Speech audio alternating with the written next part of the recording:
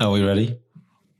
Ready to rumble. You're recording already, aren't you? Yeah, I was. Yeah, I like doing that to you. I think I was going to say... It was like when you ask someone to hold for a photo, but actually push the video button. Yeah. And just record them standing there like a lemon. Yeah, a lemon. That's what I feel like at the moment. So I was thinking, Mark Roalfe, he's such a legend. I was going to say Sir Mark Roalfe. He's not quite yet, but he's up there. Are you nervous? I'm not nervous. You look nervous. No, I've just had a shiatsu. Oh. Yeah. I just had a bottle of wine in Soho. I'm all right. So he is our first chairman and creative. And what's weird about him, I think, is he's just got so much work. It's not like, we'll talk about cages, the Volvo Cages Saves Lives work, but he's just presided over enormous amount of great work from Virgin, Atlantic and Land Rover.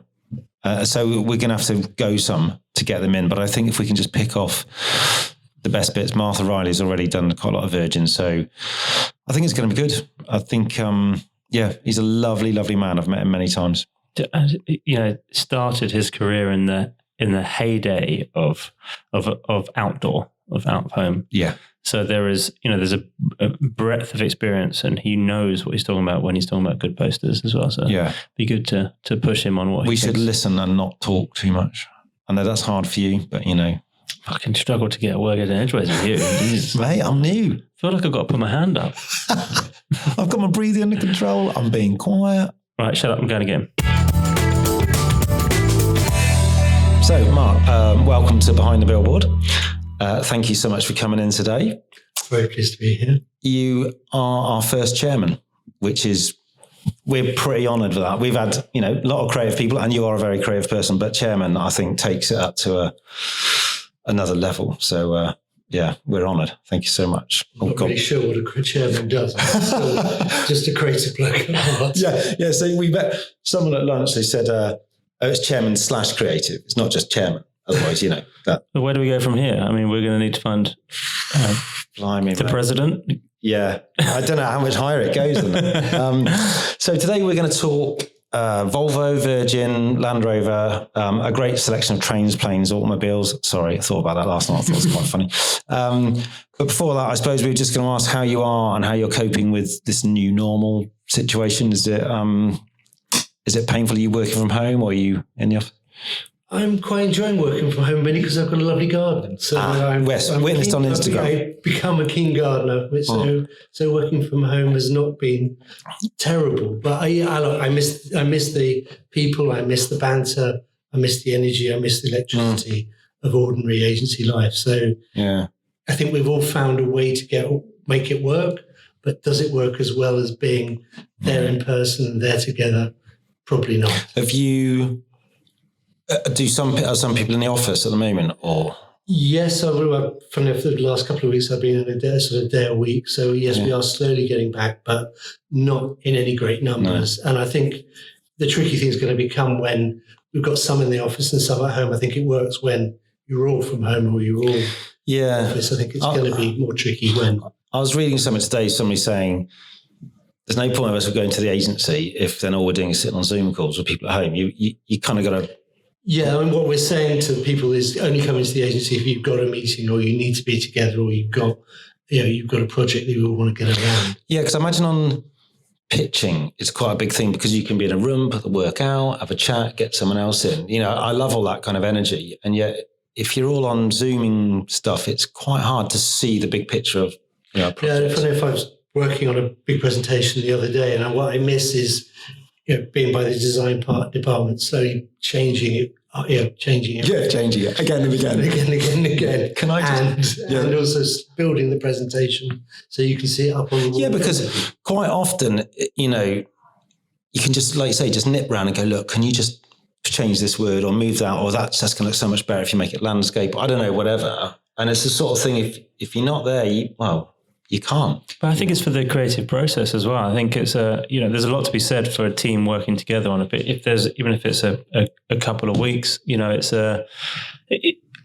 I will talk to you about this brief I'm working on while we're both stood at the water cooler, the coffee machine, or eating a sandwich in the kind of communal area of the agency. It makes a big difference just to be able to chat to people in person, and you don't just dial up someone on Zoom saying, hey, how's your morning? What's happening? And then slip into work. It doesn't work like that, does it? I think work always gets better when discussed with others and you chat about it. You go, what about and what if this and what if that? Yeah. So I think I'm sure you do it, but it's just slower and just not got the same electricity to it. And do you think creativity will suffer in the long term if we're stuck with this new normal if it becomes normal? I don't really. It's impossible to say. I'm sure. We'll be creative enough to find a way around it. Sure. Yeah. But I think I think creativity is a group thing. Yeah. And usually it always gets better with the more influences, the more people you have in it. So I think, I hope we just get better. I've been inundated with, tech, new business people saying, I've got this new collaboration tool this, collaboration tool that. And there is no tool really that I've found that really promotes collaboration unless you are in a room together, talking to each other, conversing, talking about your weekends, being actually doing the collaborating. I think that's I think Teams has been amazing. I think Teams and Zoom, I think nobody realised quite how well those two would work when we were all locked down. And I think it has made it possible. Yeah. But I think you still you don't have the small talk on it. You kind of get on to have a meeting and you all go through the meeting. But I think there's less banter on it. There's less just going off at tangents and seeing where it takes you. Yeah, and for me, that's kind of one of the best parts of the process. I like going down an avenue and going, let's go back again and let's try a different one. Yeah, look, it's half the fun of the whole process. Yes. So, yes. Did you, during the lockdown, did you spot any billboards? I mean, we were saying actually the joke a bit is, because we've been saying to people, what's a decent billboard you've seen in lockdown? And actually then we just had to rephrase it, going, have you seen any billboards? Because there's just, it's had its sort of heart ripped out a bit. But were there any that you've seen over this sort of 6 month period where you thought, that's decent, So I think the last decent, I love the BBC Dracula billboard. Yeah. I think that's the best billboard I've seen in a long while. Yeah, wonderful. But I think, at the moment, I don't know if I was musing on billboard, it's on my drive in. Yeah. And I think there's just not the purity of ideas on billboards nowadays that there used to be. And I think, there's a lot of, there's too much on them. We're not creating iconic images. We're not being smart about our words, and we quite often sticking up press ads rather than billboards. Yeah, or I sometimes think, not slagging off digital, or going old school. He's looking at me when he's saying that. Sorry, he knows that's in a loving that's how way. I pay my mortgage. In a loving way. I think sometimes if you have a 20-second loop on a screen, you should use the 20 seconds. So in a way, it could be a 20-second kind of TV ad. But it depends on the environment. You say that, but No, you're right. I know what you're going to say. In out of home, on digital out of home, there are different spot lengths based on the audience dwell time. 20 seconds is quite rare in out of home, and it's only for the longer dwell. So that's kind of a cross-track projection, that kind of. And at that point, while it's mute, you could get away with a cut down of a TVC. But on the roadside, it's largely static. It's poster rules. It's just because it's digital doesn't mean it can't be smart. It just needs to be crafted, and it needs to be as crafted as the 96 or the 48 that's next to it. Yeah. And I think that's what you're talking about, Mark. Yes, what's missing is craftsmanship. Yeah, it is craft and just brutality. I think the best posters throw out everything that isn't necessary. So they only have the necessary elements. To it. Yeah. I think too often posters now have a headline, another line, a web address, Instagram handle, a good Instagram handle, and then maybe a little more copy just because we were a bit nervous. Yeah. By which point you've driven. By which point you're half a mile down the road. But I think that's the it's sort of editing, isn't it? Self-editing. It's sort of being brave and saying we don't need. Like Hegarty was used to go on and say, "What's it adding?" And if it's not adding anything, I'm sure, lots of people said that. Dave Dye is very brutal on it. He's been in, and I think you're right. I mean, the work we're going to look at today with you definitely reflects that, And the simpler it is, the easy it is to remember. In the Far East, for many years now, they've had, the poster world creatively has had, if you want to know more about this poster, there's always a QR code on the poster. So people stood in subways and in bus stops. Their posters have QR codes on, and people use them. I want to know more about this new cherry Pepsi. That's the place to put it, right? That's the place to put it. But in the West, we just haven't.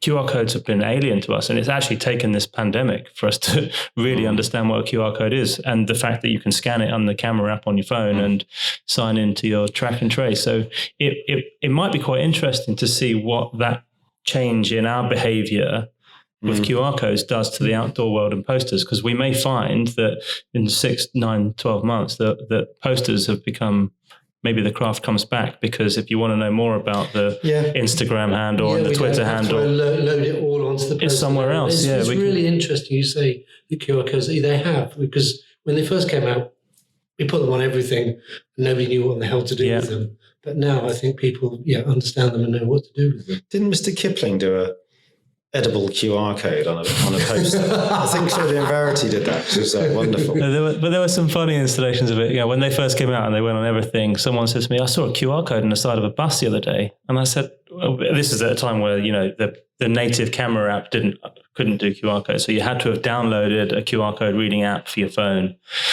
get it downloaded, by which point the bus is halfway to Streatham and you're not scanning it. So it's quite funny, but now maybe in the in the print world and in static world where you've got well-timed people waiting, I think maybe we might see QR codes coming back as a way to deliver more of the story. Well, hopefully maybe that might help us get some of it off first. Is it your, we talked a little bit earlier about, is it your favourite medium or one of your favourite mediums? I think it's, yes, it was actually, it is. I still think it requires you creatively to really, really be pure about your idea and your thought and what you've got. And also, look, if you can write a great poster, quite often you've written a good TV ad, or you've written a good film, or you've written a good all sorts of things. Yeah.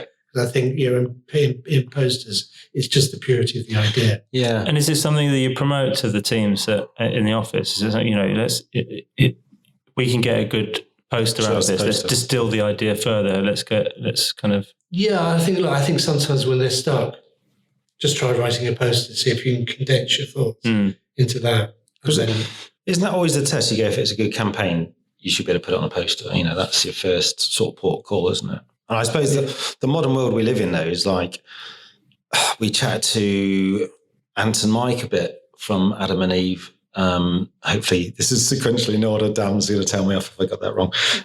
He always does this. He talks about previous episodes, but we haven't decided on which order we're going to release them. Because I live my life going forward. He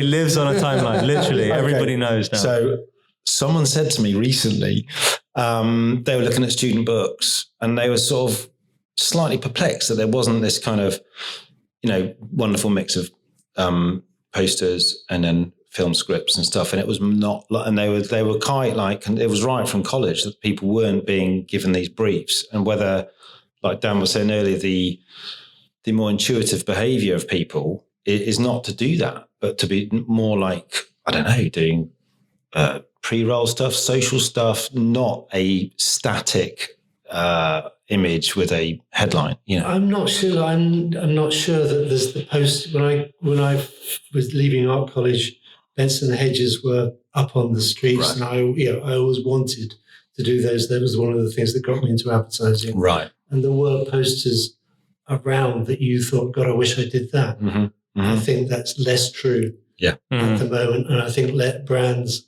lean less heavily on making posters to build the brand. Yeah. I think there were several brands that were built on posters. Yeah. Yeah, I think that's a really good point. So if you don't see it and you're not aspiring to it, you're looking elsewhere. No, I mean, they're looking at it. There's still some good film. There's some brilliant activations around. I think there's just less and fewer great posters. I was listening to my, it's quite related, but the speed of stuff that's coming at young people now and their ability to just move away from it. So my kids came home from school yesterday, they're 16, 15, and I could hear this thing, and it was like a sound, and something else, and they were just going through their feed. of little messages from their mates, sometimes like a second and a half, sometimes 2-3 seconds. So if that's the kind of, that's what you're up against, that's how people feel is the normal way to be. It's completely at odds with what we're talking about in a way. Well, although in a way you think, posters are the quickest form of messaging that we ever developed. In a way, they were designed to be read at 30 miles an hour. So in a way, they've probably never been more relevant. Yes. Yeah. At the moment, I'm not sure with that. Can you remember your first billboard that you ever did? The first billboard we ever did was when we got to Albert Mead, and it was for the Telegraph. Okay. What was the line? Less pulp, more paper. Which I always thought was a nice line. But sure, nice. But it was a series of underground posters which we managed to get banned for. How come?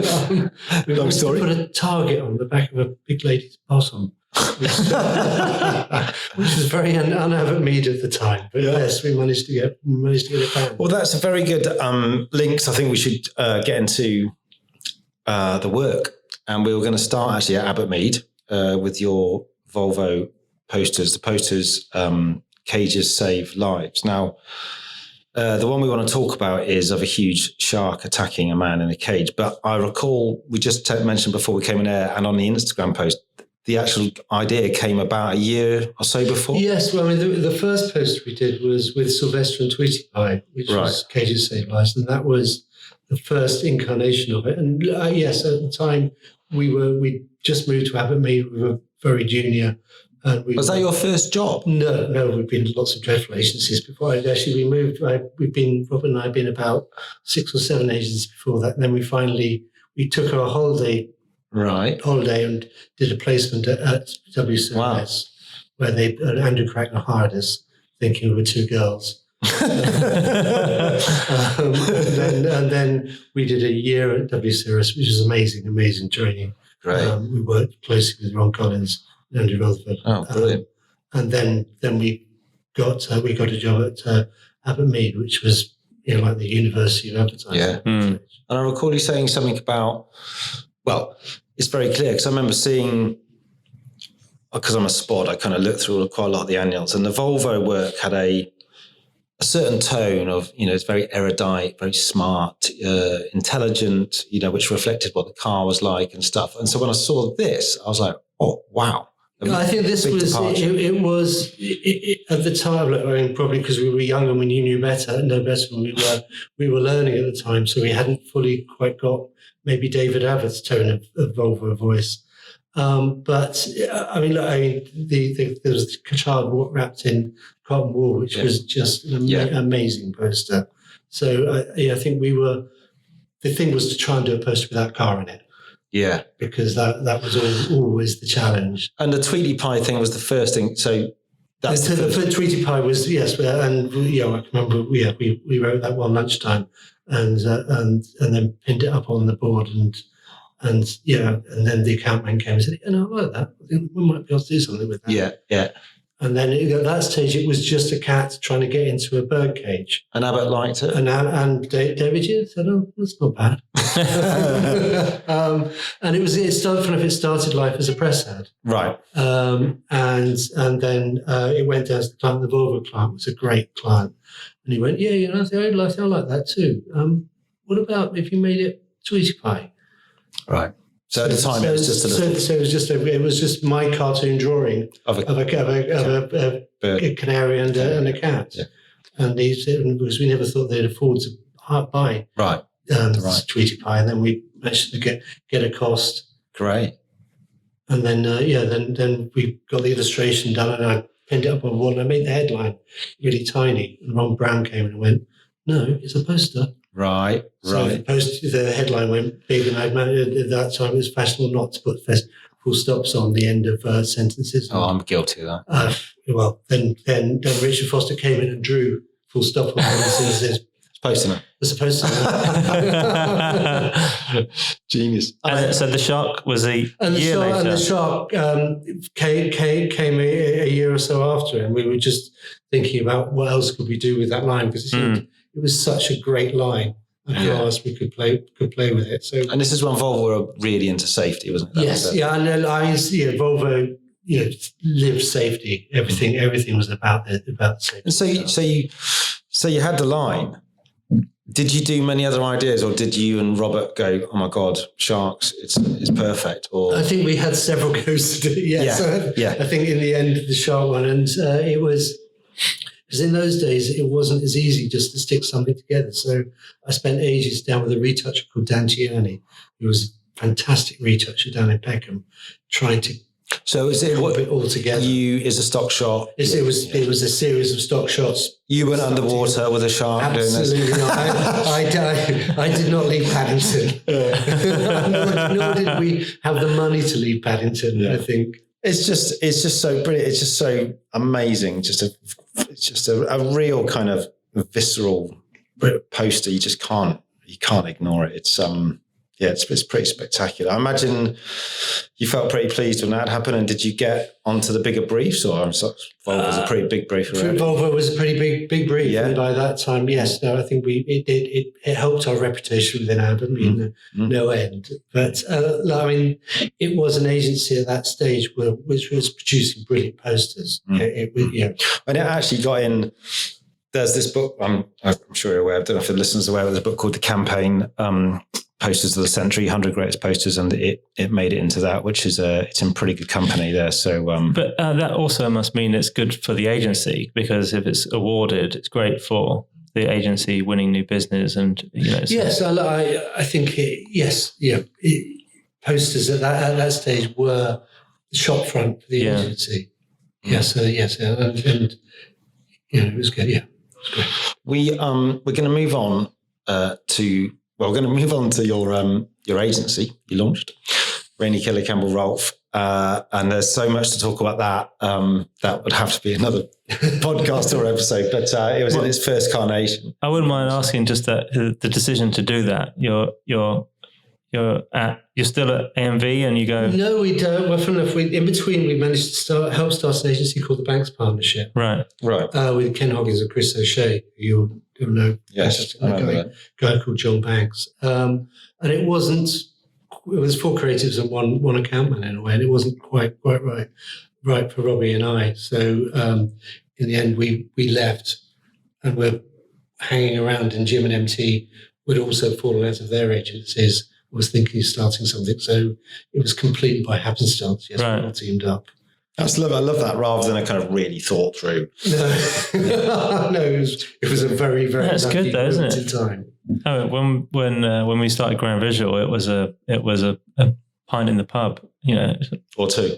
Well, it was a couple of games of pool where I believe I beat Neil a few times, but probably let me win in hindsight. But yeah, it's like there is those moments that change. Because the world rotates and all of a sudden, yes, you just hit each other. Yeah, that must have been incredibly exciting.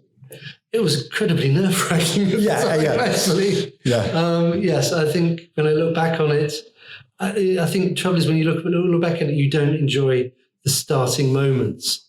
But in hindsight, it was an amazing time. So day one was Newman Street. Just the 4 of us, and actually Jim's old PA called Eliza, and a photocopy, which was the most expensive thing that any of us owned in the world. That we used to have to hide every evening so in case nobody stole it. Really? Did it do colour? Oh, absolutely. Yeah, see that colour photocopies, that was like, whoa. That was another world ahead. But I remember, it's so funny because the way I was looking at it, was like, it all looked effortless. You did that great campaign, launched your own agency. The next thing you do is Miller Time, which is this sort of absolutely never seen before idea, which is, well, could you explain it? It's incredible. I know it's a Billboard thing, but we're quickly doing it. In a way, it was way ahead of its time because what we did was we created this 3-minute show that we ran once on telly, and then we ran it on a Saturday night. And then what we did was trail that show all week. Wow. So it was, in a way, long-form content before it was long-form content that you drive everybody to. Yeah, I remember the host. He was brilliant. I actually couldn't quite get my head around it. Going, right, this is that thing going. it's a show, but it's for a beer, and you're trailing your own thing, and it was brilliant. We filmed. We didn't actually film it live, but we did film all the actual Miller Times in front of live audiences. We used a guy called Owen Magnuson. I can't remember his name, but who was a TV director. So he brought a lot of that to it. Yeah, brilliant client as well to go. Yeah, a really, really brave client. It was Scottish Newcastle, who were doing a lot of amazing work at that time. And they saw the idea, and they absolutely went for it. I suppose it must be so nice to start with one like that, because it sets your stall out, and then other clients are going, God, I wouldn't mind a bit of that. Do you think that helped someone like Virgin come to you, or? Virgin came to us before Miller. Before Miller, sorry. Yeah, so our very first client was, we did a bit of BT. Yeah. But then Virgin was our second or third client. Yes, I read this thing, you're saying a naughty client needs a naughty agency. Is that? I think it helped define the sort of agency that Rainey Kelly became. Right, because I think that, it's Virgin is such a challenger brand, and it made us quite a challenger agency. Yeah, yeah. And it was always the David to try and slay the Goliaths. Yeah. Well, you had a lot of fun doing it, right? We had Martha in the last series talking about Virgin quite a bit, didn't we? And that it was clear that there was scope to push as hard as you can on that challenger. Yes, I think when we first picked up Virgin, one of the reasons I think we won the pitch was we defined what Virgin was, and the fact that it needed to push hard against BA, and it needs to be really proud of what it was and what it did. And with the very first work was with the Terence Stamp TV work, which was really butting up against BA, and challenging what their business class did against what Virgin had.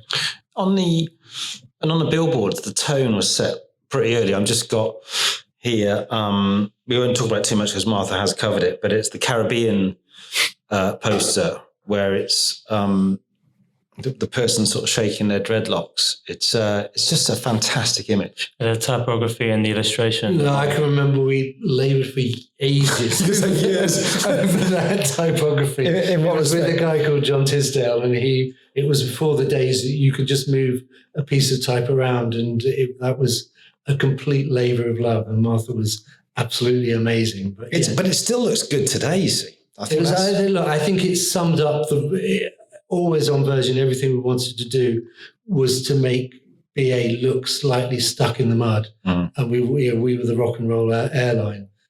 And I think this was an image. Going back to what we said at the front, the kind of the craft of the medium, and that going missing over the last decade, or being harder to find for sure.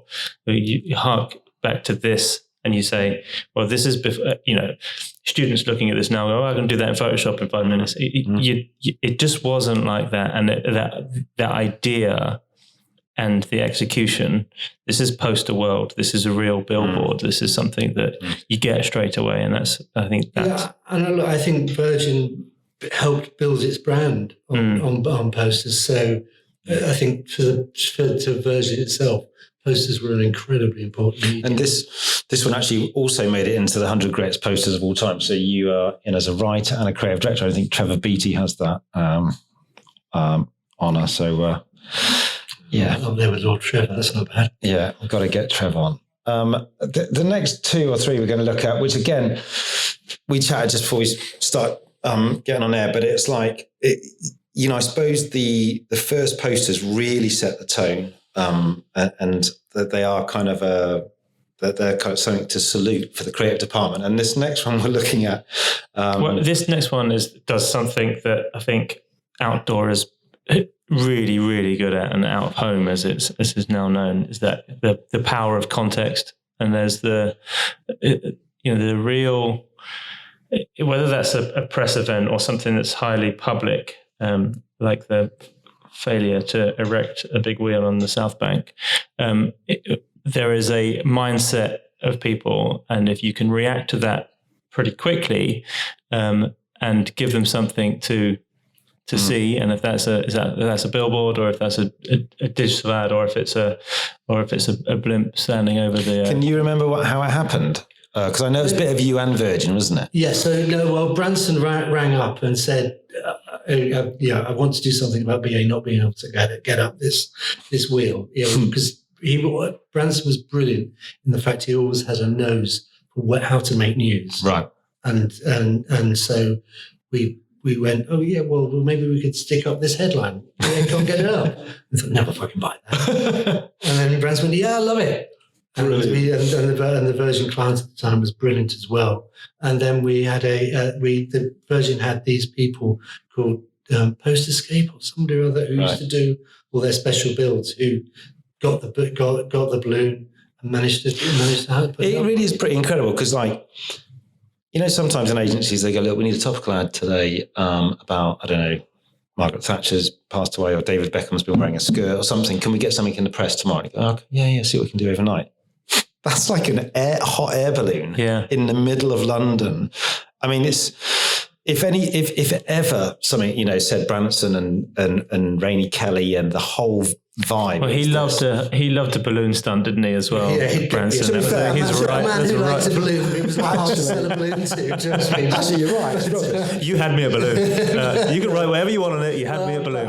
But I think Branson and Virgin's and the Virgin clients at that time spirit to just try and make news, to do stuff that was controversial. And we were always trying to make, you know, BA had 10 times our budget.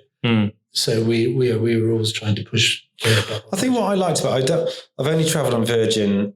I think I did it once upper class. I went somewhere on some ridiculous shoot. I might have actually bumped into you in the airport, I think. But did you get a massage? I got some good drinks in their lounge. I think I missed the massage. But what I liked about it, when you got on the plane as well, it continued. It wasn't a shallow, hey, it's an advertising campaign, and it just dies the minute you meet the brand. It just carried on. Yeah. No, I think that's the important thing with, I mean, this is a more general question about advertising, I suppose, which I think when you get a brand, when you can get a brand, you can get that brand's tone of voice. Yeah. And they both reflect each other. Yeah. Then, you know, your advertising is building the brand, yeah, and the brand's reflecting the advertising. Yeah, and also if you're in a comms situation on the client side, you'll be more open to be sharing things, and, you know, things that innovations are coming up, or things that are sort of running up a flagpole. You see a bit of that with Burger King and McDonald's over the last few years, where, you know, McDonald's obviously spend a fair amount, but Burger King being the kind of disruptor and always wanting to have a poke at McDonald's really don't bite that much. I think I think McDonald's were a bit like BA. BA were always brand leader, and they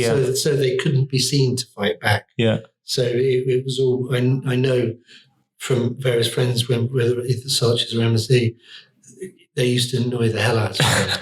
But I like that. You know, they did the. We hid they hid a burger behind they hid a Big Mac behind every Whopper the year of advertising. I mean, there's some funny stuff in there. That's very smart. Yeah, it's very smart. On the just on the shiatsu, do you recall that being an easy sell or a difficult sell? The BA don't give a shiatsu. I think Alison Copus, who was the client, just giggled. Right, great. Went, please. Yeah, yes. Great. Yeah. No, it's great to have a client like that, isn't it? That you can put some of the. I think we at that time we entered into quite a poking fun at BA wherever we could, and we got that sort of David against Goliath thing going. So we were always jabbing them in the ribs. It is the line that weird in those three executions. You've got a beautifully art directed, very graphic, cool poster that would look at home on someone's wall. Then you've got this audacious stunt, which has made the news. And then you've got this, which has got some pretty strong attitude. You just in those three images, those three posters, you kind of have set it up fantastically. So we're going to go through some of the other ones now, but I think we sort of agreed they really did. After BA don't give a shit, so we've also got, watch my mouth here, sit, shower, shave. which is a lovely line. That must have been at the same time.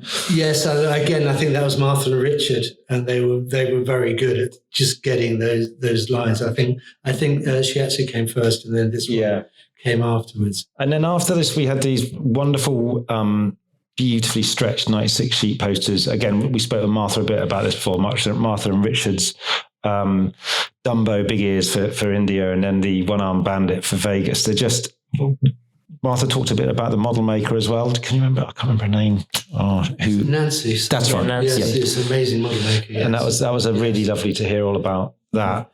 I think there was like a whole campaign. So we started to do. Virgin was expanding as an airline all the time, and they were doing new route launches, and posters were the best ways to get that message out there. And also, I think the thing about Virgin is it was a Southeast brand.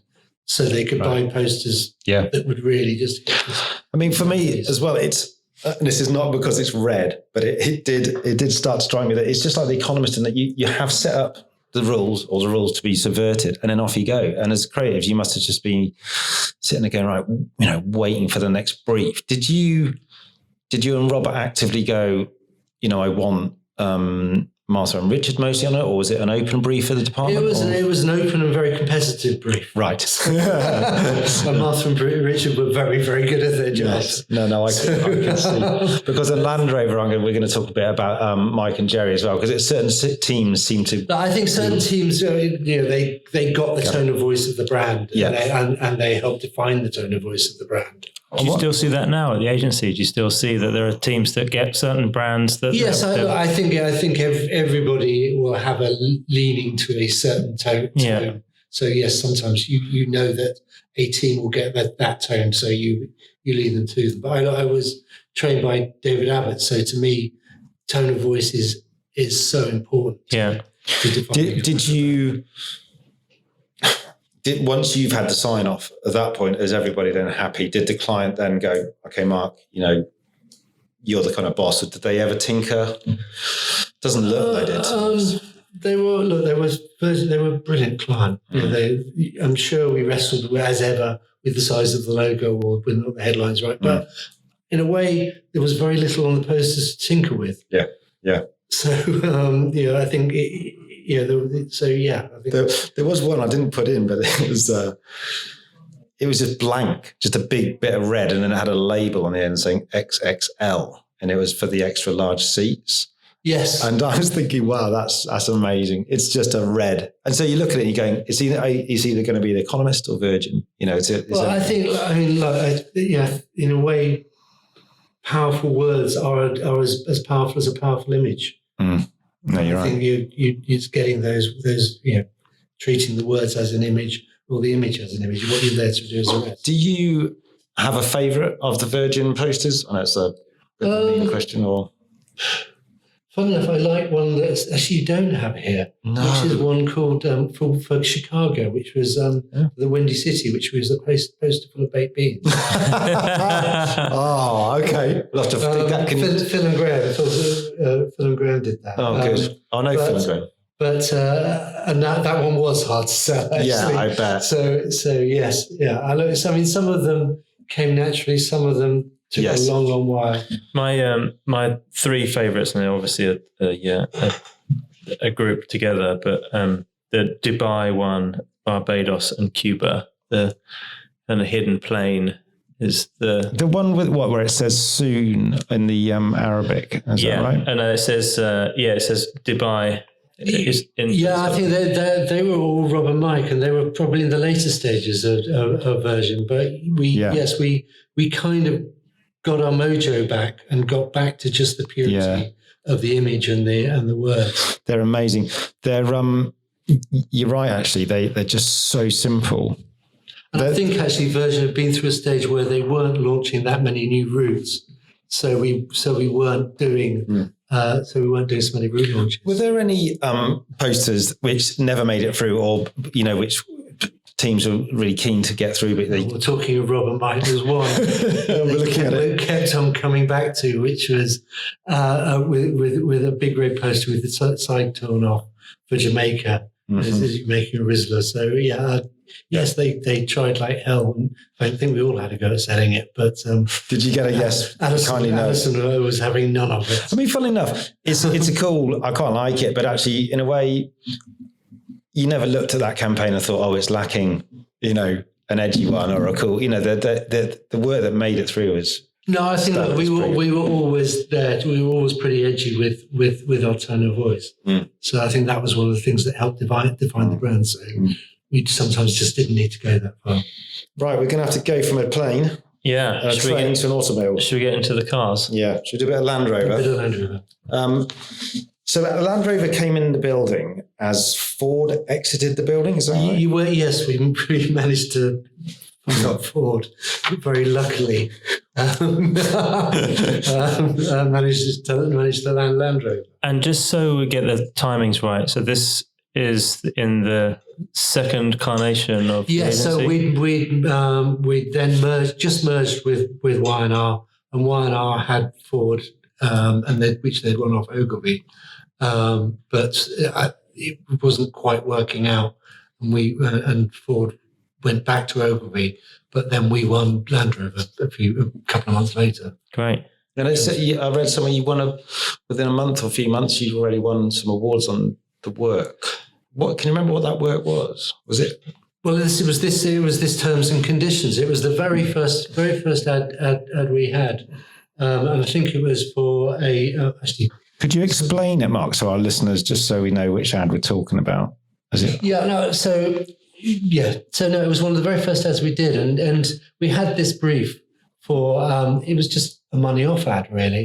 And I said to Mike and Jerry, "Come on." Yeah. In Volvo, we used to win awards for money off ads. Right. Yeah. So how can we do it? So they wrote this brilliant ad, and I think at that time when we'd gone into it with the Land Rover pitch, we'd said that we want to bring the humanity, and we want to bring the charm, and we want to make Land Rover a club that you're part of. Yeah. And this was, if you got this ad and you smiled at this ad, you understood what it was to be a Land Rover driver. So the headline says, the discovery from 21,995 for conditions, see below. And then the three images are of flooded town centres where clearly you need a 4x4 to get through. Yeah, it ran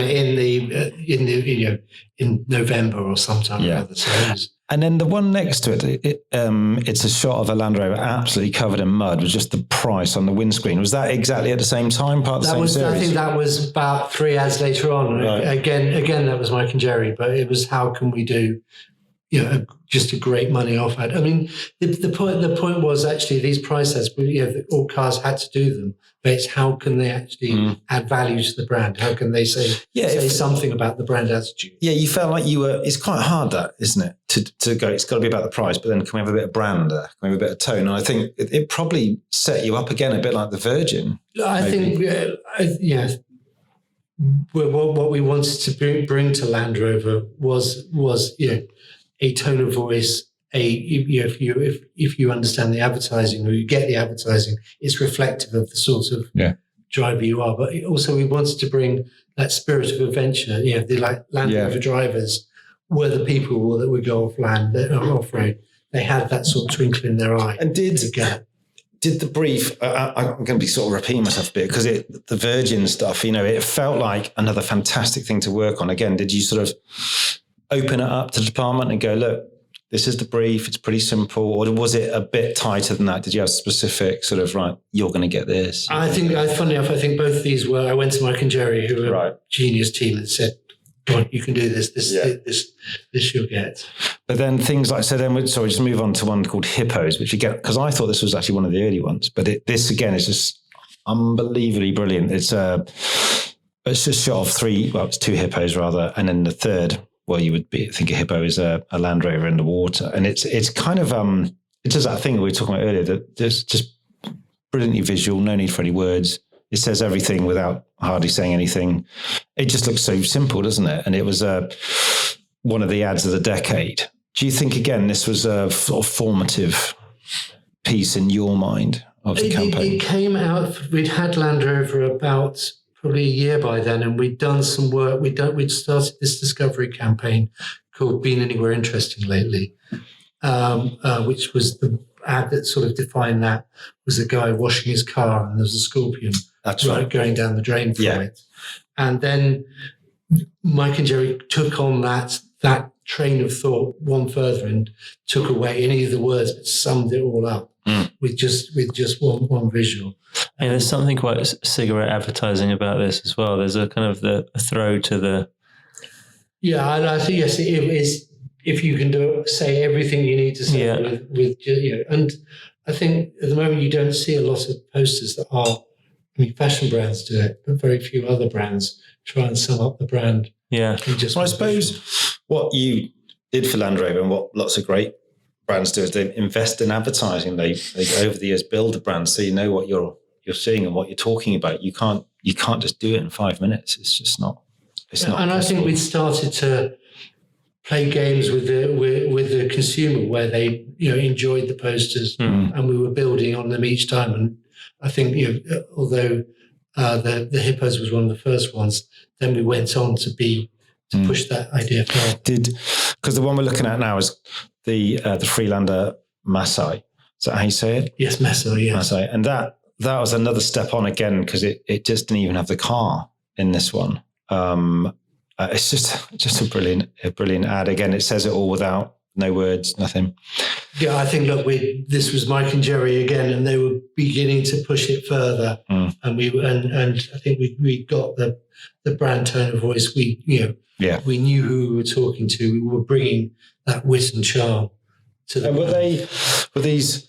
Is this a roadside? Was it roadside? 48 yes, very much so. Yeah. Were Mike and Jerry literally going off to all four corners of the globe because they were doing Land Rover advertising? I think at that stage Jerry's passport got very full. But he was such a brilliant art director in the fact that Jerry's roughs, he'd plan out what he was going to do and how he was going to do it.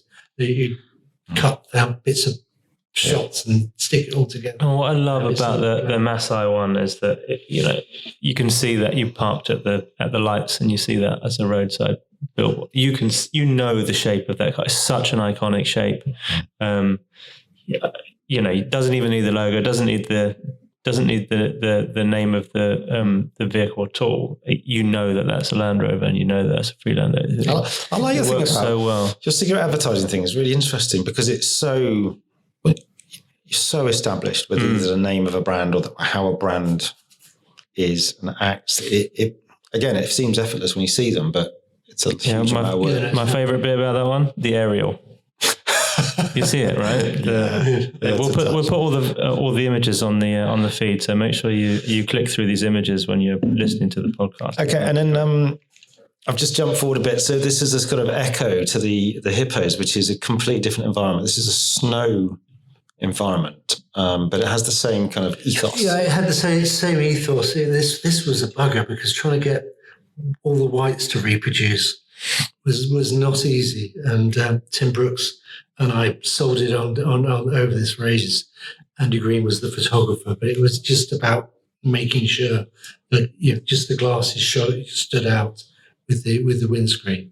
It's weird because you just look at it, you think it's brilliant, but hearing you saying you agonised over the whites, as in where it was white people on a white snow and with a white car with white mountains. Yeah, you still the textures. So I just wanted it, and the idea is the fact that the clean goggles stand out with the windscreen white with clean windscreen. Do you think was that a very overt piece of work to say, we're going to try and echo Hippos, or did they? No, I think it was in the brand tone. I don't think we were trying to. It was yes, it has a lot of echoes of Hippos, but I think it was building on where we built the brand. And I assume the next one we're going to look at is an actual image of Mike and Jerry's passport. It's been around the world. No, that was Phil and Tim. Phil and Tim, yeah. And again, one of those ones where you see it and you just go, "That's genius." Yeah. So just to explain, it's a passport book, and all of the stamps have created the shape of the Land Rover. It's just so simple, no words needed. And again, I think this is us. We were knowing of who the Land Rover driver was, and we were flattering their intelligence and flattering their sort of spirit. And when did it? This is going to be a sad moment. When did it end? Was there a Land Rover?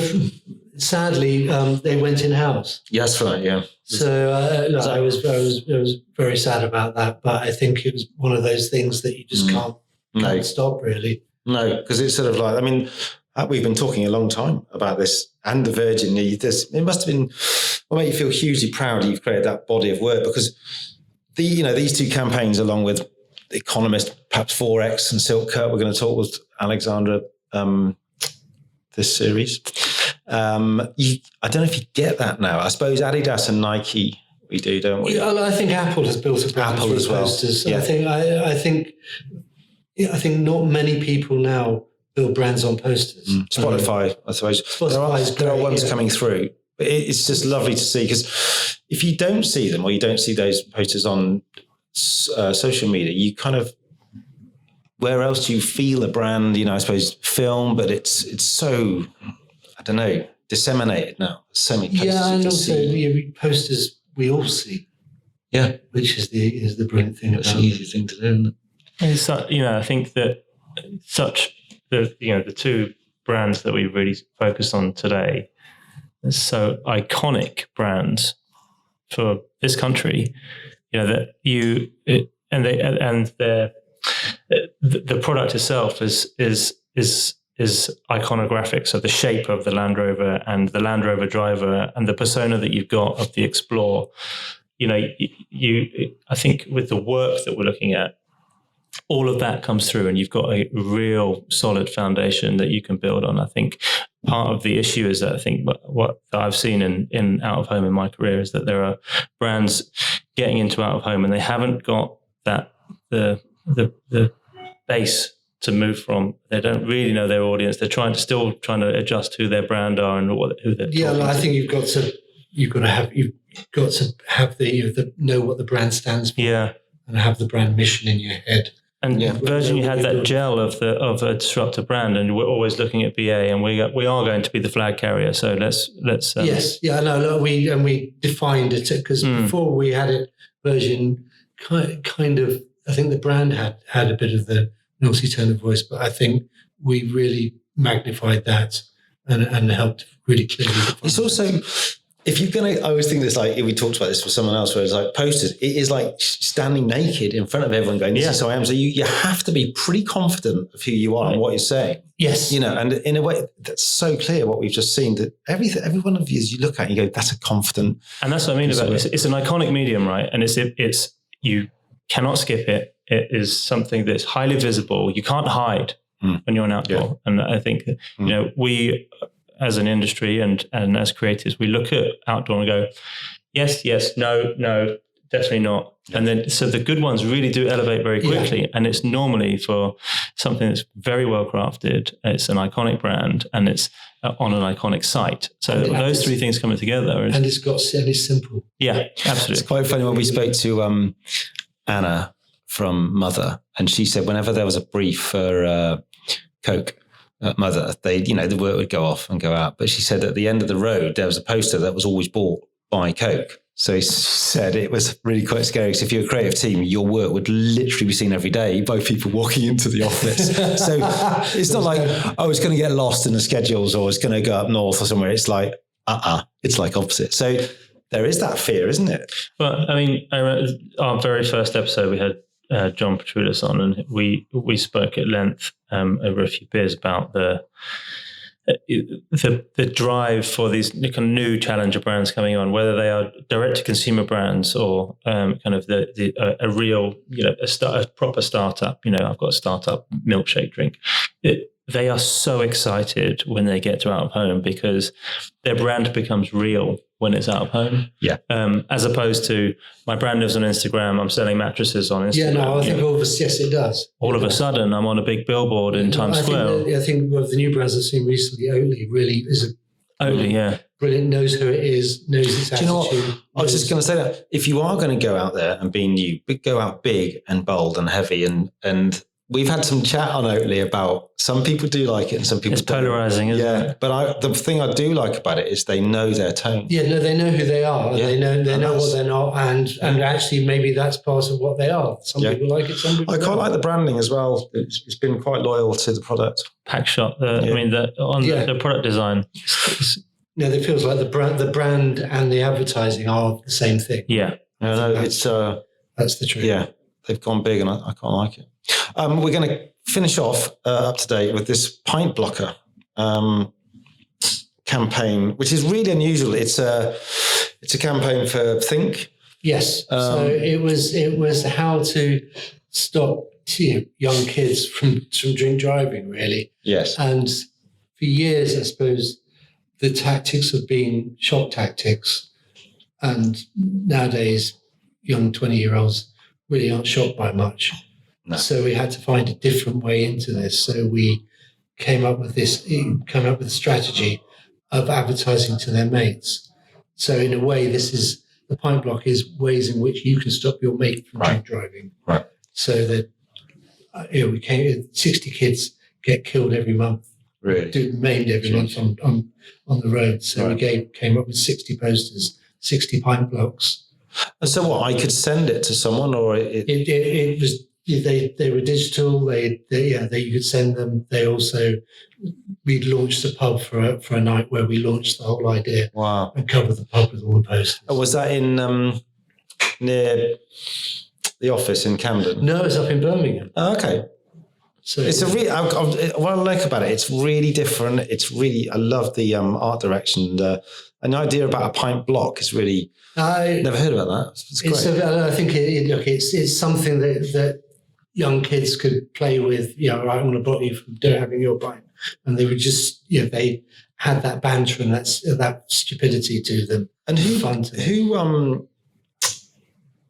were the illustrators? Did you sort of get a really, because it looks like a really we had 4 different illustrators, and we just sort of passed the posters around. Yeah. They're great. They're really good. The Mexican wave one's really they're a lot of fun and really, really silly. So And where did they run?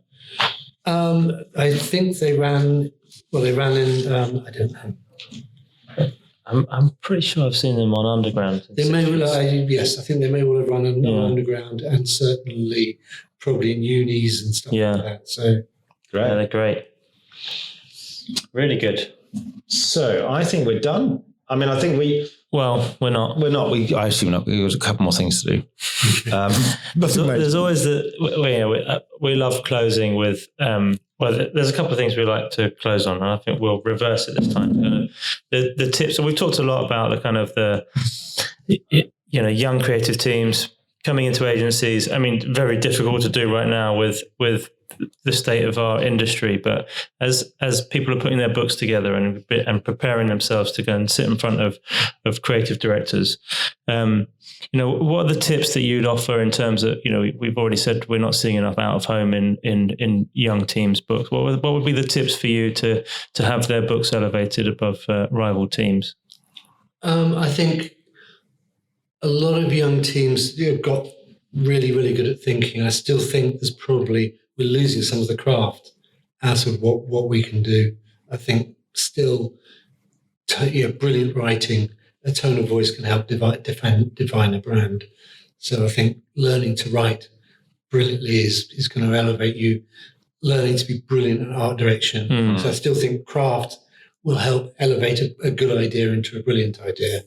Yeah, it's like the Mike and Jerry thing you're saying about learning how to prepare for a shoot. Yeah, no, they were brilliantly obsessive, and nothing happened by accident with Mike and Jerry. It was all very, very planned. Yeah.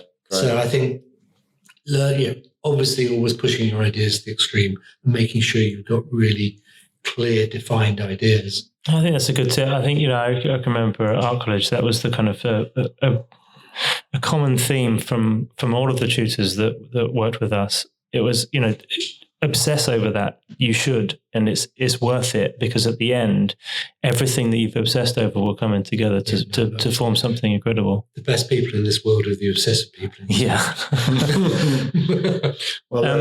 So let's ask this then. Do you have a favourite billboard of all time? Can be one of yours, can be someone else's. It doesn't have to be one of mine and Dan's. It could be anything.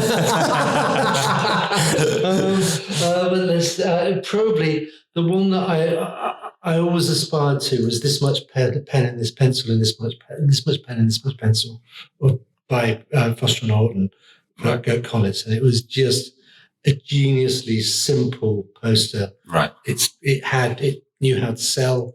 It was visually brilliantly. Yes. The line was so elegant. Yes. And was a proper poster. Look, we can put that. Yeah, we'll put that up, definitely.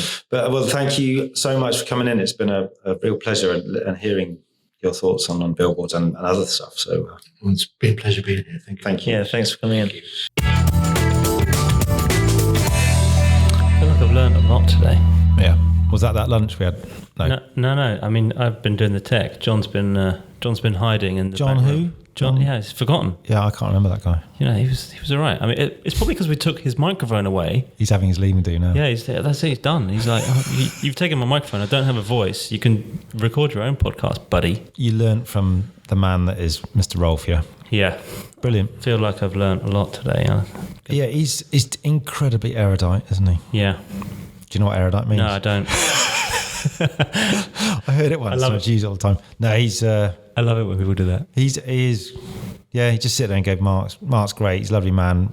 He's just billboard-tastic as well. So some of the stuff, the Virgin Land Rover particularly, some of the work in there is just... Does it make you want to go back in time and have a good old word with yourself to do more? Yeah. I mean, some of them you just think, God, it must have been such a brilliant time to work at that agency. The great names have worked there. He's got Mike and Jerry, and there's Rob and Mike. Some brilliant teams. But, you know, did you really spend long enough obsessing and compulsing over your posters? That's the, you know, I'm the biggest self-critic. I can't really stomach looking at my own work sometimes. There's a big part of me thinking, when he talks about Mike and Jerry's obsessiveness about the Land Rover, and then I remember how me and Adam just used to go down the corridor to Andy Bird or Chris Chapman. Hand it off. Yeah, and go, can we make this look good? But, you know, we are what we are. Yeah. But no, it was great, and I think we're lucky to have him. It's great. Good stuff. Don't forget to follow us on social, all the usual handles, you know where we are. And we do have to say a special thanks to our sponsors, Talon Outdoor. Thanks, Alan. Thanks, Dan. You're great. It's not Alan, it's Talon. Bye.